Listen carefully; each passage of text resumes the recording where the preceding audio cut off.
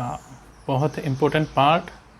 जैसे कि पहले हमने देख रखा है कि मेल रिप्रोडक्टिव पार्ट क्या होता है, फ्लावर में कौन सा पार्ट जो होता है वो मेल रिप्रोडक्टिव पार्ट होता है, और मेल रिप्रोडक्टिव पार्ट में कौन कौन से उसके पार्ट्स होते हैं, और कौन सा पार्ट जो है वो फॉर्म करने के लिए हेल्पफुल रहता है मेल गैमेटोफाइट, और कैसे मेल गैमेटोफाइट जो है वो नेक्स्ट ट्रांसफ़र होता है फीमेल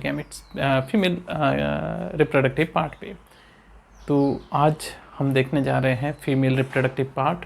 और फीमेल रिप्रोडक्टिव पार्ट को देखने से पहले आपको वापस मैं एक बार रिकॉल करके बता दूं कि जो फ्लावर है, फ्लावर में 4 मेन पार्ट्स होते हैं।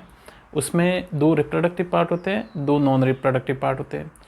जो नॉन रिप्रोडक्टिव पार्ट है वो पेटल्स एंड सेपल्स होते हैं। जो रिप्रोडक्टिव पार्ट है उसमें आपका पिस्टिल और स्टेमन होता है। तो आज हम बात करेंगे पिस्टिल की। बहुत ही सिंपल उसकी संरचना होती है, उसका स्ट्रक्चर बहुत ही सिंपल होता है। जैसे कि ऊपर से नीचे तक आप देखोगे तो जो कंप्लीट पिस्टिल जो है वो 3 पार्ट में डिवाइड है। जो सबसे टॉप का पार्ट होता है, जो लैंडिंग पार्ट होता है for pollen grain, that part we can say stigma. उसके नीचे एक सिलेंड्रिकल जो शेप होता है, that shape we can say style. और नीचे जो बेसल पार्ट होता है, जो बल्स के फॉर्म में होता है, जो उभरा हुआ होता है, उस पार्ट को हम ओवरी कहेंगे।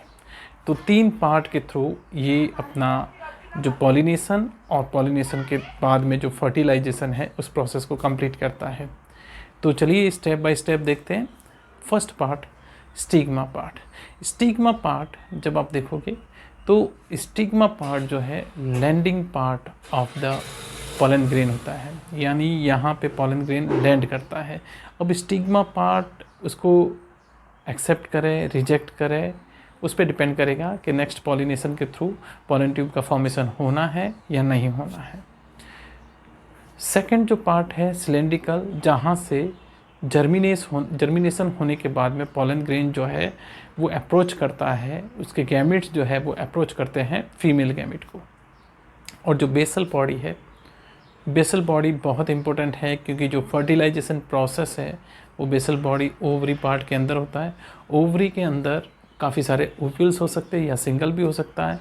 अगर सिंगल है तो कुछ ऐसे फ्रूट्स होते हैं जिसमें से सिर्फ सिंगल फ्रूट के अंदर सिंगल सीड होता है। तो ये उस टाइप के, जैसे मैं एक एग्जांपल बताऊँ, मैंगो में सिंगल सीड अपने को नॉर्मली देखने को मिलता है। तो आप कह सकते हैं कि मैंगो में जो है वो ओव्यूल सिंगल होता है। तो नंबर ऑफ ओव्यूल्स कितने हैं वो ही डिसाइड करेंगे कि कितने नंबर के सीड्स बनेंगे। तो ओव्यूल जब आप देखोगे तो ओव्यूल जो है वो ओवरी के अंदर होता है। ओवरी के अंदर एक वेरी स्पेशल टिश्यू होता है, दैट इज़ प्लेसेंटा। और प्लेसेंटा से ओव्यूल जो है वो फ्यूनिकल के थ्रू अटैच होता है। फ्यूनिकल इन दोनों के बीच के अटैचमेंट को बोलेंगे, और हाइलम फ्यूनिकल और ओव्यूल स्ट्रक्चर के बीच का पॉइंट होता है, या अपन कह सकते हैं उसके बीच का जो पार्ट है उसको अपन हाइलम बोलेंगे। अब जब आप देखोगे तो ओव्यूल स्ट्रक्चर जब आप देखोगे तो in NCERT, that is anatropous type, जो इस टाइप का क्या बोल सकते हैं इन्वर्टेड टाइप आपको दिखा रखा है। उसमें एक जो अपर पार्ट की तरफ जो ये, जैसे मैंने कहा ये वाला ओव्यूल पार्ट है, यहाँ पे जो है एक ओपनिंग साइट होती है। ओपनिंग साइट को हम बोलेंगे माइक्रोपाइलर एंड, और जो उसका ओपोजिट साइड होगा उसको अपन बोलेंगे चलाजल एंड। ओके, तो ये दोनों उसके पार्ट हो गए, और उसको जो कवर करता है दो लेयर होती है उनको बोलेंगे इंटेग्यूमेंट। अब इसके अंदर जो है, इसके अंदर वेरी इंपॉर्टेंट एक टिश्यू होता है जिसको हम न्यूसिलस बोलेंगे। न्यूसिलस टिश्यू जो है डिप्लॉयड टाइप का होता है। उसमें उसके अंदर से एक सेल जो होगी वो काफ़ी डेंस साइटोप्लाज्म और बिगर साइज़ की होगी, और वो सेल्स जो है उस सेल को अपन बोलेंगे मेगास्पोर मदर सेल। उसको बोलेंगे megaspore mother cell, because megaspore जो फॉर्म होंगे वो उस मदर सेल से होंगे, उस सेल से होंगे। एक सिंगल सेल होगा किसके अंदर से, न्यूक्लियस के अंदर से, तो उस सिंगल सेल को अपन बोलेंगे मेगास्पोर मदर सेल, जिसको अपन डिनोट करते हैं एमएमसी से, मेगास्पोर मदर सेल। अब मेगास्पोर मदर सेल में क्या होगा, उसमें मियोटिक डिवीजन होगा और मियोटिक डिवीजन के थ्रू उसके टेट्राड का फॉर्मेशन हो जाएगा।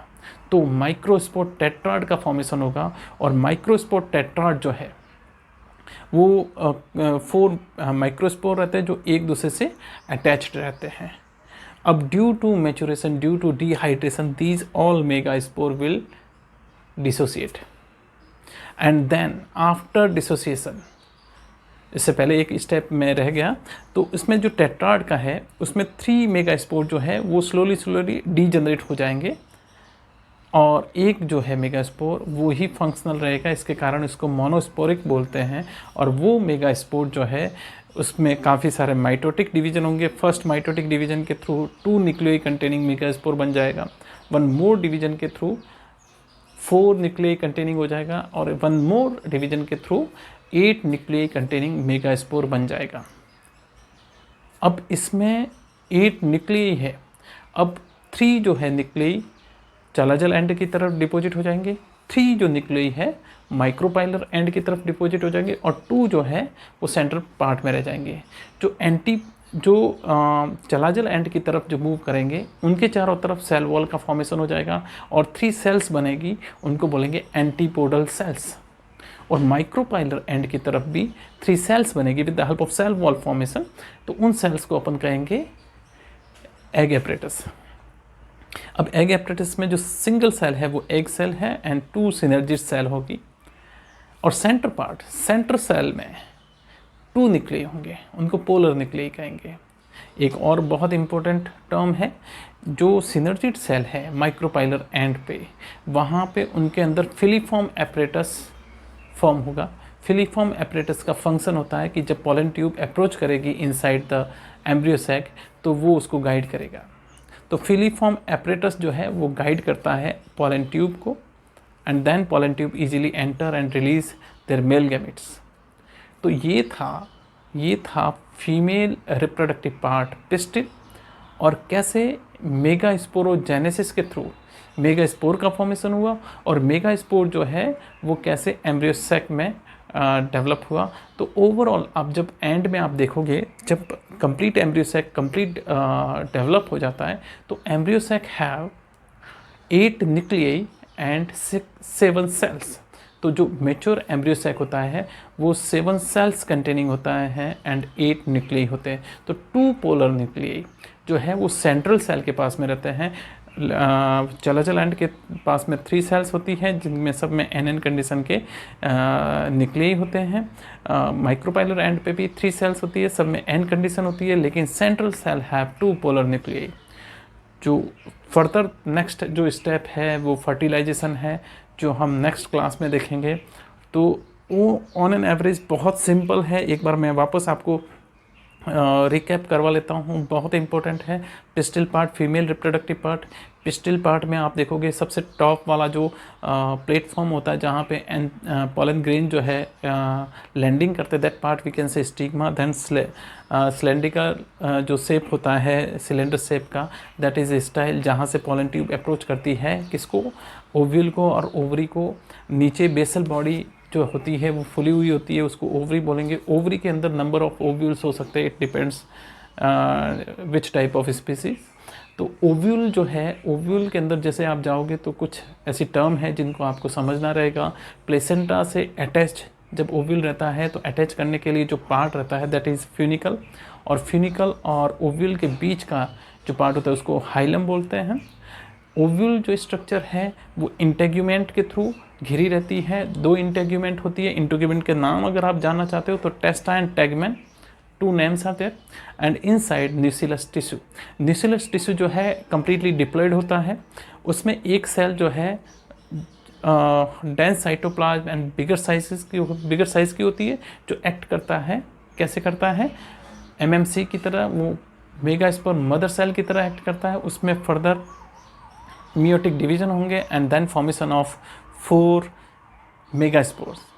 4 मेगास्पोर्स में से 3 जो है डीजेनरेट हो जाएंगे, ओनली 1 विल बी फंक्शनल, और वो फंक्शनल जो मेगास्पोर है फर्दर फॉर्मेशन करेगा एम्ब्रियोसैक का।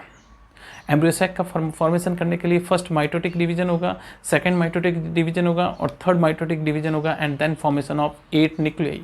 सो 3 nuclei deposited at antipodal side और चलाजल एंड, एंड 3 जो है वो माइक्रोपाइलर एंड की तरफ डिपोजिट हो जाएंगे inside the embryo sac, and then formation of cell wall. तो टोटल 6 सेल्स दोनों एंड की तरफ फॉर्म हो जाएगी, and central cell, one remaining central cell have 2 polar nuclei. So overall 7 cells and 8 nuclei containing embryo sac.